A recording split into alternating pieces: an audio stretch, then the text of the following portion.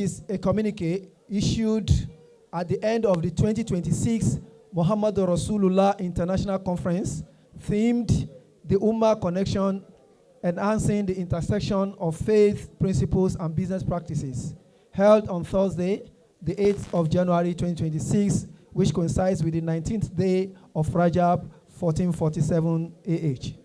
The conference highlighted the different roles of religion and faith-based business models play in achieving an ethical, trusted, and sustainable business practices due to its guidance and leadership trajectory that provides equitable, transparent, and accountable business practices for sustainable growth and economic prosperity of any nation. Hence, the conference hereby resolved on the following for an inclusive, transparent, and equitable business practices in Nigeria. 1.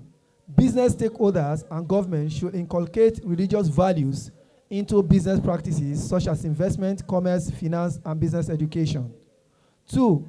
Accountability and transparency mechanism that enables the integration of religious integrity and credibility strategies to enhance business relationships and environment for a greater economy built on trust and equity. Business such as banking, insurance, food production, energy, and real estate, to mention a few, must take a clue from this.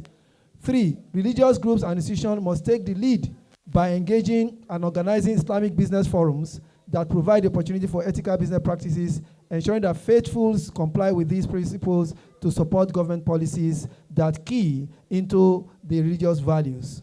4. Federal and state government must set up regulatory programs to enforce laws and regulations governing the activities of quack estate agents, exploiting Nigerian citizens for their selfish and outrageous profit, and extend same to other sectors of the economy for proper accountability. 5. The conference strongly recommends for the establishment of a Ministry of Religious Affairs to coordinate religious affairs in Nigeria. This will not only help to rejuvenate religious consciousness among every citizenry, but profiles religion as a national organ that oversees business and economic activities in order to enhance national unity, security, and prosperity.